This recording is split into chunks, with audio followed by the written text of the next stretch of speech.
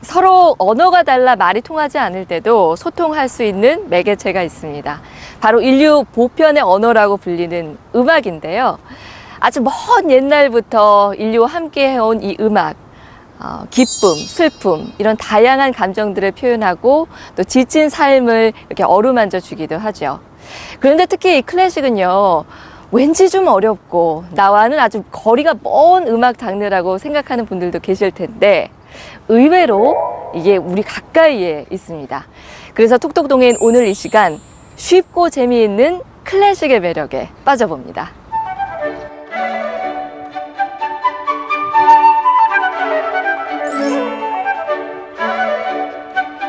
저는 음악에 대해서 강의를 하고 해설을 하고 공연을 기획하고 그에 대한 글을 쓰는 직업을 갖고 있습니다.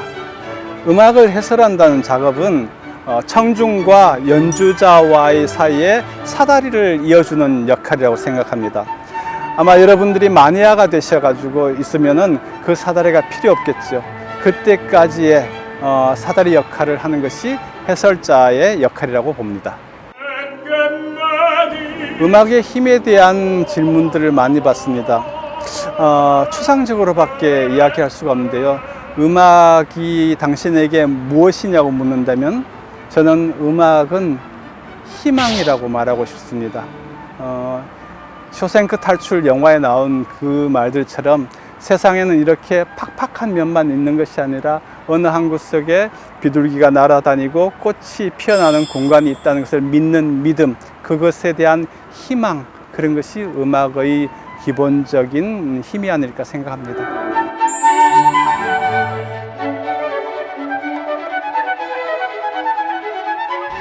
오늘의 동행인 음악평론가 조희창 선생님 모셨습니다. 선생님 안녕하세요. 안녕하십니까, 조희창입니다. 반갑습니다. 요즘 뭐 포항에 좀 자주 오셨죠? 네, 그렇게 됐습니다. 예. 기분 좋은 일이고요. 그러게요. 참 계절의 여왕이라고 하잖아요. 5월 날씨도 오늘 특히 너무 좋은데 네. 어떠세요? 한 해 중에서 네. 나뭇잎 색깔이 가장 예쁠 때 같아요. 보고 있으면 황홀해요. 너무 좋아요. 황홀하다. 네. 역시 좀 음악을 늘 가까이 하는 분이다 보니까 표현력도 좀 다른 분들하고는 많이 다르신 것 같아요. 그런 점이 있겠죠, 아무래도 예, 저희들한테는. 예. 네. 클래식 음악 평론을 하시잖아요. 근데 사실 좀 많은 분들이 클래식을 어렵다고 생각하는 분들도 많고 도대체 클래식은 어디서부터 어디까지가 클래식일까 하는 분들도 계세요. 네. 근데 우리가 보통 이제 옛날 음악 이렇게들 생각을 하고 있어서 우리가 그냥 고전 음악이라고 생각을 하면 될까요? 클래식 뭔가요? 고전이라는 것은 기본적으로 오랜 세월을 버텨온 것들에 대해서, 그 작품에 대해서 고전이라는 말을 쓰겠죠, 그렇죠? 네. 다만 음악에서 클래식을 어디까지 끊을 것인가의 문제는 조금 애매한 부분이에요. 보통 보면은 그 1920년대 이후의 음악들은 그냥 현대 음악으로 분류를 합니다. 클래식 장르에서 다루고는 있지만 네. 그때부터는 우리가 생각하는 일반적인 클래식 음악과는 조금 그보다는 좀 더 실험적인 음악들이 굉장히 많아졌죠. 그렇군요. 네. 뭐 크게 또 어렵게 생각할 부분은 아닌 것 같다는 생각이 들어요. 근데 선생님 전공은 음악은 아니신데 예, 저는 전공을 철학을 했습니다. 예. 철학 중에서 미학을 주로 했기 때문에 아무래도 예술 쪽과 관련 있게 많은 책들을 볼 수 있었죠. 그러게요. 근데 뭐 프로필을 보니까 인생에서 클래식과 한 번도 멀어진 적이 없으신 것 같더라고요. 철이 든 이후부터는 그렇습니다. 네. 어렸을 때 저희 집에 제 어머니께서 성악을 하셨어요. 그랬기 때문에 합창단을 따라다니고 하면서 자연스럽게 음악을 접할 수 있었죠. 그랬군요. 그럼 선생님께서 사실 이제 거의 사회에 첫 발을 내디딜 때부터 네. 그 음반 회사에서 클래식 음반 기획을 하시고 네, 또 맞습니다. 그 유명한 음악 잡지들에서도 기자로도 활동을 하시고 네. 하셨는데 네, 음악을 좋아한다고 해서 이걸 또 업으로 삼는 문제는 다른 거거든요. 그렇죠. 그럼 그 계기가 혹시 있었나요? 음악을 업으로 삼는 것은 다른 업보다 음악업이 좋으리라고 저한테는 그렇게 판단했기 때문이고, 다양한 것들을 하게 된 것은 처음에 제가 그 회사에 들어간 것은 네. 국내에 들어온 그 소니 음반사의 클래식 담당이었습니다. 네네. 클래식 음반들을 레코딩을 하면 그 음반들을 듣고 얼마나 내야 될까, 어떤 식으로 프로모션 해야 될까 등등을 결정하는 그런 자리였었죠. 그렇군요. 근데 또 그 시절에는 이 직업에 대한 좀 인식들이 지금보다는 조금 부족했을 수 있어서 좀 에피소드도 많았을 것 같은데요. 그럼요. 흑역사가 많았죠. 네, 설명하기 좀 어려웠을 것 같아요. 그때 제가 사귀던 여자가 한 명 있었는데 예. 듣는 사람이 여기 별로 없으니까 그분 어머니한테 제 네. 직업을 설명하는데 잘 이해를 못 하시더라고요. 그렇죠. 그러니까 음반을 만드는 직업이라고 했는데 그 당시에는 리어카에서 네. 카세트 테이프를 파는 사람들이 많았어요. 아, 있었죠. 그 정도 선에서 이해를 하시는 것 같아가지고 이걸 어디서부터 이해를 시켜야 되나 그런 생각을 한 적도 있습니다. 아, 그랬을 것 같아요. 네. 이걸 좀 설명을 하는 게. 왜냐하면 그 당시에 클래식 음반을 기획하고 발매하고 프로모션하는 직업을 가진 사람들이 10손가락 안에 있었거든요. 그렇기 때문에 이해도가 떨어지는 건 사실이겠죠. 되게 난처할 때도 많으셨을 것 같아요. 네. 어떤 클래식 음반은 들어보면은 클래식 연주한 사람의 콧노래 소리 같은 게 막 녹음돼 있어요. 근데 그 사람의 캐릭터인데 네. 그런 음반을 발매하면은 녹음이 잘못됐다고 전부 반품이 들어오죠. 어머, 예, 정말요? 글렌 굴드라는 악명 높은 피아니스트인데 그 사람은 글렌 굴드 알죠? 예, 다 피아노 알죠. 칠 때 이 콧노래를 하는 게 예. 유명하잖아요. 그걸 아무리 설명해도 그런 게 어디 있느냐, 반품해라 뭐 이런 식으로 나온 그런 것도 많았죠. 힘든 점 많으셨을 것 같습니다. 어느 직업이나 그런 게 있죠. 아까 그 얘기가 나왔으니 말인데요. 예전에는 그 길에서 그렇게 뭐 음반, 뭐 테이프, 그 좀 지나서는 CD도 막 팔기도 하고 네. 지금은 참 찾아볼 수 없는 모습이잖아요. 그러니까 이 뭐 음악계에 계속 계시면서 그 음반 시장, 이제는 음원 시장이라고 하지만 변화온 이 과정들을 다 보셨으니까 그때와 지금 가장 큰 차이는 뭐라고 생각하세요? 첫째는 매체들은 어느 시대에 일정한 시간이 되면은 변해가는 건 사실인 것 같아요. 제가 우리나라에서 클래식 음반을 만들 때 처음으로 LP 판매를 중단했어요. 그때는 CD가 막 나온 시절이었고 90년 초반 정도? 네, LP를 이제 그만 생산해야겠다고 결정을 내린 게 저였거든요. 근데 그러셨구나. 세월이 돌고 돌아서 이제 네. CD는 점점 없어지고 그러니까요. 복고풍으로 LP가 생기고 예. 그다음 모든 걸 다운로드 받아서 듣는 이런 시대가 됐죠. 음악을 담는 용기들 이런 것들은 시대에 따라서 얼마든지 바뀔 수 있다고 생각해요. 하지만 음악은 그대로죠.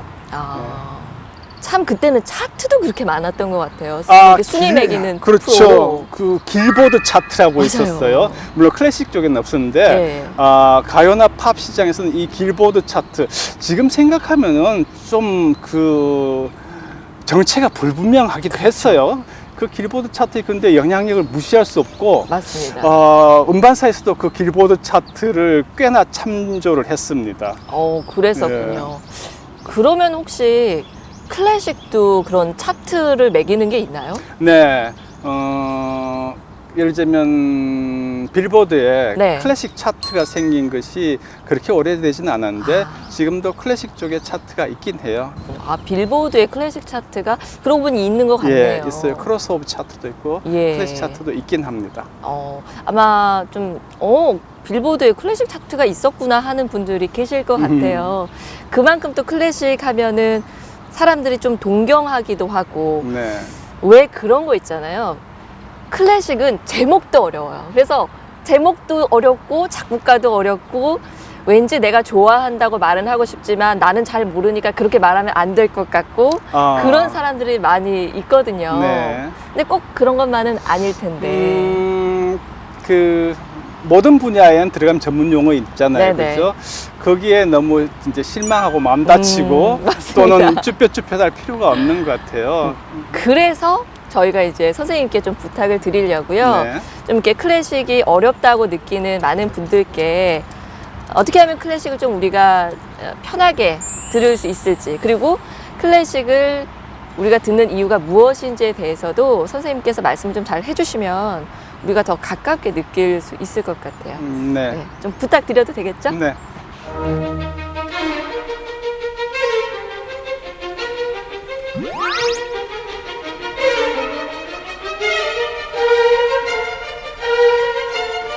오늘 제가 여러분과 나누고 싶은 이야기는 음악, 그 중에서도 클래식 음악에 대한 권유를 드리고 싶어서입니다.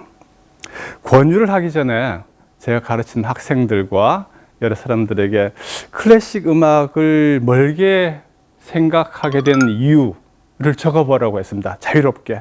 그랬더니 한 대체적으로 한 4가지 정도의 이야기들이 나왔습니다. 오늘은 그 이야기를 짚어가면서 클래식에 대해서 이야기해 보죠. 클래식이 어렵다고 생각하는 이유 첫 번째, 멀리하게 된 이유는 이런 말이 있었습니다. 사는데 별로 지장 없잖아요.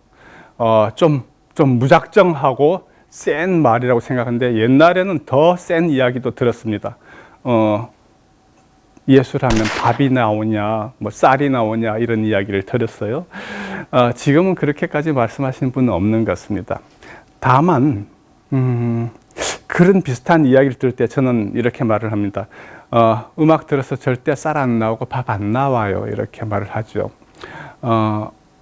인간이 살아가는데 밥이 굉장히 중요하지만 또한 인간이 인간일 수 있는 것은 밥만으로 살지 않는다는데 인간의 중요성이 있다고 생각합니다. 한 손에는 빵, 한 손에는 장미가 필요하다고 했습니다.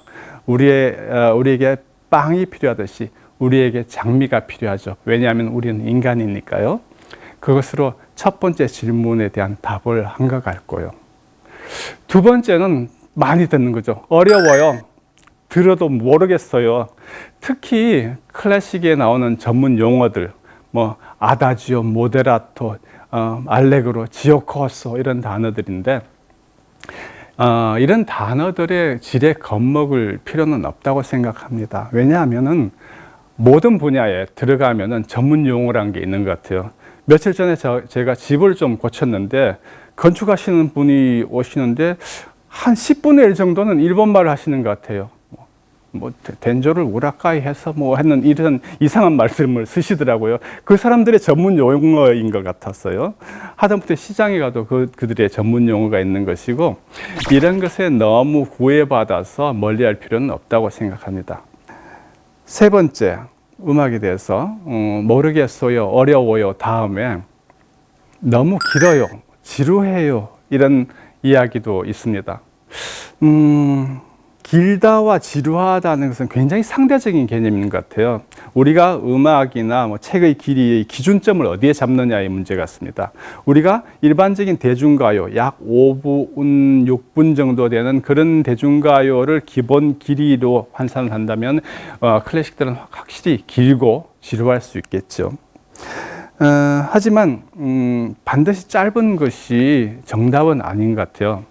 그리고 어떤 음악, 어떤 책들은 그 시간을 견뎌내는 것이 필요하다고 생각합니다.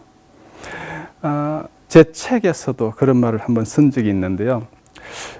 삶에 있어서 친구란 것도 모름지기 시간을 견뎌야 하는 것 같습니다. 처음 만나서 좋아지는 친구가 있는가 하면은 시간의 시험들을 거쳐서 그 사람 정말 친구이구나 하는 생각을 들 때가 있죠. 음악도 마찬가지라서 처음 듣자마자 좋아하시는 음악도 있지만 5분이 지나도 또는 50분이 지나도 음악이 내 마음을 안 움직일 수 있다는 것이죠. 그러니까 우리에게 타고난 음악적인 천재성이 없는 한은 음악의 친밀도는 여러분이 할애한 시간에 비례한다라는 생각을 저는 하게 됩니다. 네 번째, 클래식이 멀어진 이유. 너무 과거 음악 아니에요 라는 말을 들을 때가 있습니다. 바하 막 가발 쓰고 있고, 그죠? 모차르트 언제 사람인지도 잘 모르겠고 그런 이야기와 함께 음악이 흘러나오니까 막 고조선 시대의 이야기를 듣는 같은 기분이 드실 텐데, 기본적으로 인문학이라는 것은 모든 현재는 과거와 연결되어 있다라는 생각을 기본으로 한다고 봅니다. 그래서 오늘날의 것이 과거의 유산으로부터 적정한 부분을 받았다는 생각을 가져야겠죠. 게다가 과거로부터 오래된 과거의 것들이 아직까지도 남아있고 그것을 우리가 향유하고 있다면 거기에는 우리가 알든 모르든 큰 힘이, 비밀이 숨겨져 있다고 생각합니다. 즉, 오랫동안 살아남은 것에 대해서 그 시간의 덮개에 대해서 경외심을 품을 필요가 있다는 것이죠. 클래식 음악이라는 것은 그 세월의 덮개를 딛고 살아남은 음악들입니다. 그것이 내장된 힘이 없었다면 그렇게 살아남지 못했을 거예요. 그래서 우리가 그것을 알든 모르든 그 세월을 견뎌온 음악에 대해서 기본적으로 우리가 알지 못하는 무언가가 있구나라는 정도는 생각해 줄 필요가 있다고 봅니다. 자, 한 4가지 정도 거부 반응을 제가 체크해 봤습니다. 그렇다면은 여기서 우리가 클래식 음악을 어떤 식으로 들을 것인가? 첫 번째는 이건 단지 클래식 음악뿐만 아니라 모든 새로운 것, 모든 모르는 것에 대해서 다가가는 첫 번째는 호기심이라고 생각합니다. 이 호기심이 없으면 백약이 무효예요. 모르는 것에 대해서 알고 싶다는 어떤 식으로든지 그런 호기심이 있어야 이 부분에 첫 발을 내디딜 수가 있는 것이죠. 두 번째는 아까도 한 이야기인데 역사, 시대, 장르, 이름에 처음에 너무 구애되지 마시라는 부탁을 드립니다. 알면 자연스러운 것이고 좋아하면 그것이 습관이 되고 습관이 알을 자연스럽게 낳아준다고 생각합니다. 그리고 요즘 시대에는 주위에 널린 게 미디어인데 음악 들을 수 있는 환경은 참 좋아졌어요. 왜냐하면 옛날에는 음악을 들으라고 막연히 권유하려면 무슨 음반을 사라는 이야기가 나와야 되는데 요즘은 핸드폰 하나에 모든 것이 담겨 있는 세상이에요. 그죠? 그 다음에 그렇게 해서 몇 개의 좋은 음악이 내 귀에 들어왔다. 그것이 드라마에서 들렸든 CF에서 들었든 친구가 권해준 것이든 이건 정말 좋은 것 같아 라고 생각이 든다면 노래방에 가서 18번을 적어 놓듯이 리스트를, 자기가 좋아하는 곡의 리스트를 이렇게 적어 놓으시면 좋겠습니다. 그리고 예를 들자면 베토벤의 바이올린 소나타가 좋았다. 5번이 좋았다. 그러면은 그럼 9번도 좋다는데 어떨까? 다른 사람의 바이올린 소나타는 어떨까? 이런 식으로 점점 가지치기해서 나가는 것이거든요. 그래서 자기의 리스트를 만들어 보시고, 그리고 하나 더 권유하자면 영화관에 가듯이 공연장을 한 번씩 가보시면 좋겠습니다. 생각보다 많은 공연들, 좋은 공연들이 이제 저렴한 가격으로 나오는 것들이 많아요. 현장에서 체험하는 그 경험은 또 이렇게 핸드폰이나 컴퓨터로, 헤드폰으로 체험하는 것과 굉장히 다른 세계를 줍니다. 음악이란 게 하루하루 닦아지는 것도 있지만 어느 날 뮤즈의 신이 우리의 심장을 툭 건드리는 날이 있어요. 그 순간은 마치 감전된 것처럼 또는 접신한 것처럼 그 음악을 빨아들이게 됩니다. 오늘 이야기의 끝맺음을 해야 할 것 같습니다. 제가 음악을 권유하는 이유는 우리 삶에서 한 축의 음악이 우리의 인생을 굉장히 밸런스 있게 만들어주기 때문이라고 생각합니다. 빵이 필요하고 또 동시에 장미가 필요하듯이 우리에겐 밸런스 있는 어떤 것들이 필요하죠. 이 부분을 생각할 때 저는 돌아가신 제 은사님 한 분을 떠올리게 됩니다. 그분 책상 컴퓨터에 한 구석에 이렇게 메모지를 붙여놓은 것을 봤습니다. 그 메모지에는 이렇게 적혀 있었습니다. 죽는 날까지 책을 읽을 수 있는 머리, 음악을 들을 수 있는 가슴, 혼자서 산책을 다닐 수 있는 다리, 그리고 누군가에게 건넬 수 있는 손이 되기를 이렇게 적어 놨습니다. 세월이 지나서 보니까 그만큼 멋있는 또는 소중한 기도도 없는 것 같아요. 저는 오늘 여러분에게 그 중에서도 음악을 들을 수 있는 가슴 부분에 방점을 찍어서 여러분에게 권유를 하는 겁니다. 여러분의 삶에 빵이 있기를 바랍니다. 그리고 여러분의 삶에 동시에 장미가 있기를 바랍니다. 왜냐하면 우리는 인간이기 때문입니다. von jenem Ort und immer hör ich's rauschen, du fändest Ruhe. 선생님 강연 너무 잘 들었습니다. 고맙습니다. 이야기에 푹 빠져들어서 저도 듣고 있었는데 당장 음악을 듣고 싶다는 생각이 들더라고요. 근데 저도 음악을 좀 좋아하는 사람이라고 생각을 했거든요. 네. 근데 선생님께서 말씀하셨던 그 약간 접신하는 것 같은 네. 그런 순간이 나한테도 있었나 하는 생각이 들었는데 좀 계속 듣는 훈련을 하다 보면 정말 저에게도 그런 순간이 올까요? 당연히 오죠.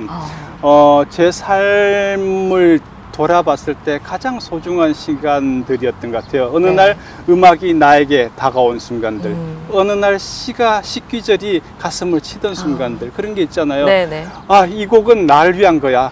내 심정을 그대로 말해놓은 것 같아. 막 이렇게 전율하는 그런 시간들이 곳곳에 도처에 있고, 그것들이 모아져서 음악이란 것을 시간이 지나면 뭐라고 할까, 일종의 사진첩 같은 그런 기능을 해요.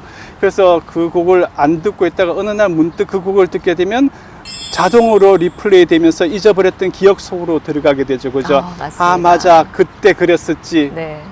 그 자식은 지금 뭐하고 살고 있을까? 뭐 이런 것까지도 네네. 불러일으켜주는 정말 자동 재생장치 같은 그런 역할도 하죠. 네.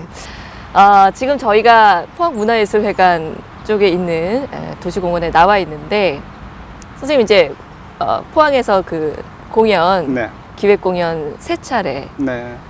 무려 그 전 회차가 조기의 매진을 기록하는 너무 고마운 예, 일이죠. 놀라운 또 네. 기록을 보여주셨더라고요. 그 공연에 대한 얘기 좀 여쭙고 싶습니다. 아, 네. 예. 그 조이창의 조이창의 그 음악 오디세이인데, 네. 포항이라는 도시가 항구 도시잖아요. 네. 거기에 생각이 머물면서 역사적으로 모든 항구 도시들에서 문화들이 시작됐거든요. 항구는 무역의 중심지지만 동시에 문화예술의 발상지였죠. 그리고 음악적으로 본다면은 뭐 리스본의 파두, 뭐 리오의 보사노바, 부에노스아이레스의 탱고, 그리스의 렘베티카, 뭐 이런 음악들이 다 항구를 중심으로 생겨났어요. 그래서 포항이 경제적인 중심지일 뿐 아니라 네. 문화예술의 중심지였으면 좋겠다라는 생각을 담아서 이 시리즈를 기획을 했습니다. 그랬군요. 다행히 너무너무 반응이 좋아서 예. 고맙게 생각합니다. 포항의 관객들 만나셨는데 네. 반응들이 어땠는지 좀 궁금합니다. 첫째 인상은 굉장히 진지했어요. 오. 처음에는 제가 이렇게 문화회관 담당자들께서 저한테 걱정하지 말라고 그런 말씀하셨겠죠. 자리가 안 찰 수도 있고 반응이 미비할 수도 있습니다라고 했는데 굉장히 진지하게 들어주셨고 너무 진지했어. 오히려 좀 더 액션이 있었으면 좋겠다고 생각할 정도였습니다. 네. 너무 진지하게 들으시느라 네. 조금 더 즐기셔도 되는데 네, 좀 그렇죠. 그런 모습은 조금 아쉬웠다. 네. 뭐 앵콜 소리쳐도 그러게요. 괜찮은데 너무 진지하셨지 않나 생각합니다. 관람객들 반응을 얘기를 하셔서 네. 생각이 났는데 사람들이 공연 갈 때 네. 그 약간 포비아라 그래야 되나? 그게 있더라고요. 그 공연장에서 박수 언제 쳐야 돼?